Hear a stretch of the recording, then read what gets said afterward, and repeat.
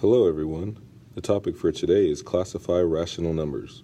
Right now I want you to pause the video so you can copy down all of your notes and then resume when you're ready. Today we'll be talking about three different types of numbers. A rational number, which is any number that can be written as a fraction, which is pretty much any number that you're going to see in 6th grade. Then an integer, which is positive and negative whole numbers, including 0. And then whole numbers, which are just the positive whole numbers, so the positive integers. We'll also be covering terminating decimals, which are decimals that you would get when you don't have a remainder, like after you're dividing, and then repeating decimals, which are also forms of rational numbers, but that is when we'll be using bar notation. So first we're going to talk about how to classify rational numbers, and here we have a Venn diagram, and we're going to place these numbers where they belong in the Venn diagram. So first, we're going to talk about negative 0.36. Well, that can be written as a fraction, but it is not an integer because it's not a whole number. It has decimal, which means that it's not a whole number, obviously. So that number would go in this portion of the Venn diagram. Okay, next, the number 5. 5 is a rational number. We can write it as a fraction, like 5 over 1. It is an integer because it is a positive or negative whole number, but also it is a whole number because it's positive. So 5 would go in this portion of the Venn diagram.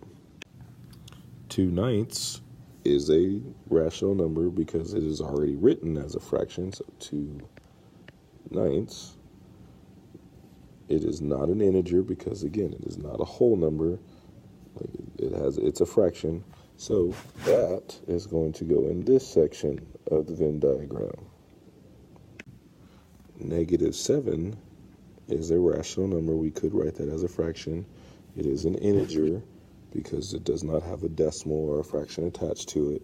However, it is not a whole number because it is not positive. So negative 7 would go in this portion of the Venn diagram. Negative 4.8.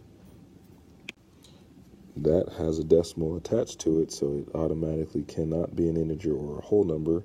So it is just a rational number, which goes in that portion.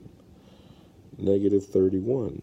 That does not have a decimal or a fraction attached to it, so it is a rational number. It is an integer. However, again, it is not a whole number because it is negative. So it would go here.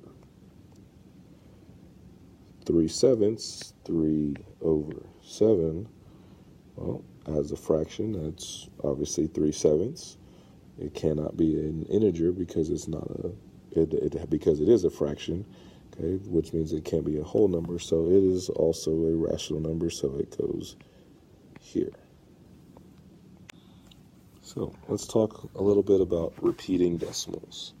So we have to write 7/9 as a decimal.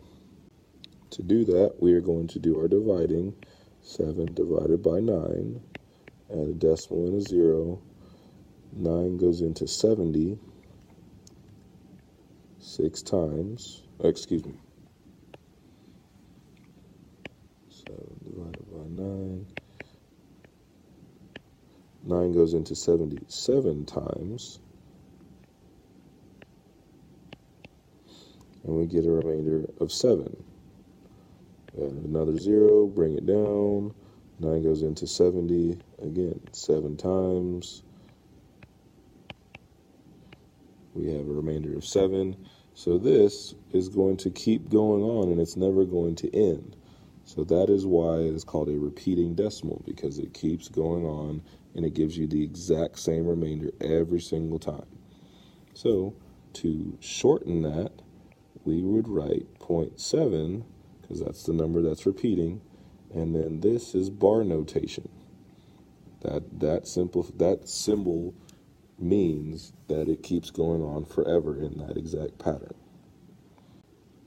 -2 and 5/6. Well, we can't change the -2, but we can change the 5/6 into a decimal.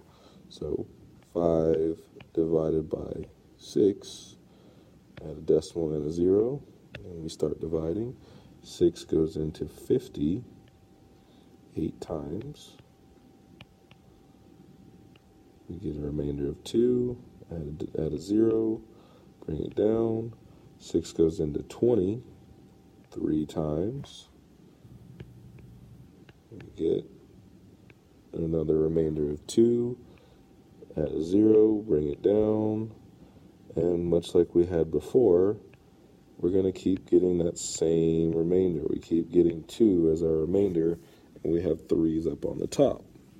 So, to write that using bar notation, we would have -2.83, and the bar notation would only go over the 3 because that is the number that is repeating.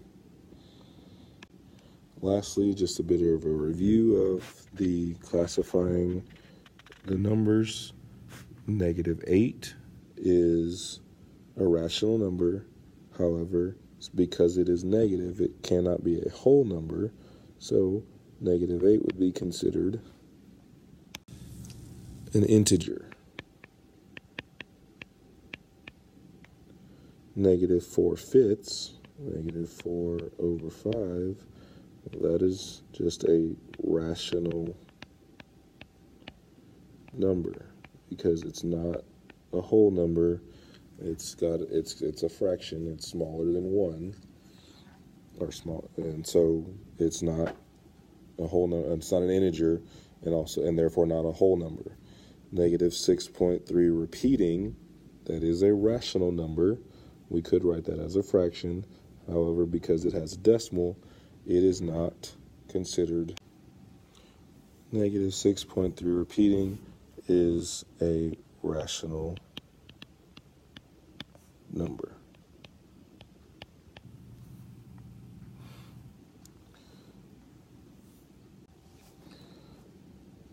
In preparation for class, I want you to write this Venn diagram, and I want you to place 25, -16, and -3/4 onto that Venn diagram and bring it with you to class tomorrow, along with any questions that you may have.